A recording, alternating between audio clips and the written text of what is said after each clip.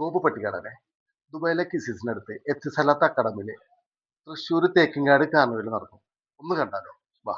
ശരിക്കും നമ്മുടെ തൃശ്ശൂർ റൗണ്ട് ഉണ്ടല്ലോ, റീക്രിയേറ്റ് ചെയ്ത് എടുത്തേക്കട്ടാ.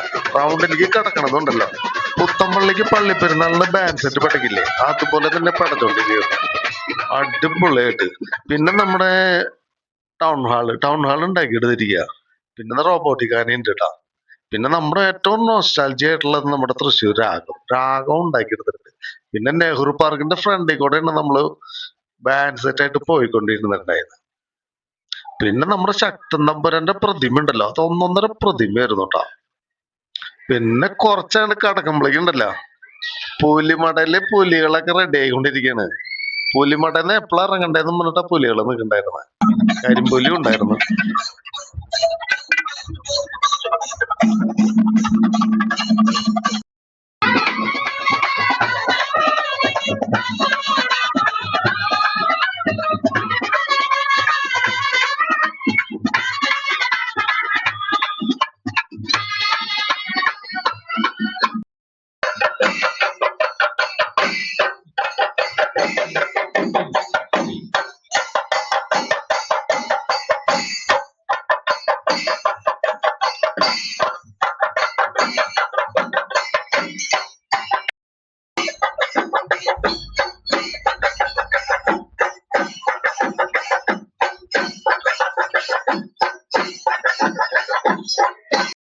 എല്ലാം പിന്നെ റൗണ്ടിൽ നടക്കുന്ന അതേ ക്രിയേറ്റിവിറ്റിയിൽ എന്നോട് ചെയ്തുകൊണ്ടിരിക്കണ്ടേ.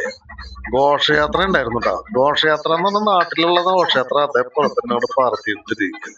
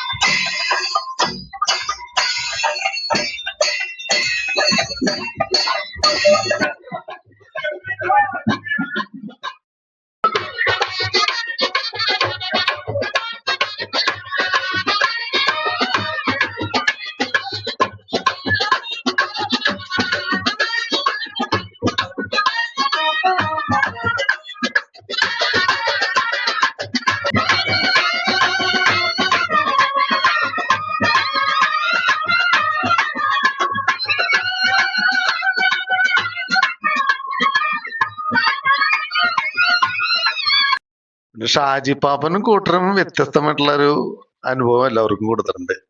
പിന്നെ നമ്മുടെ എടുത്തു പറയേണ്ടത് ഈ ഒരു ആലാണ്.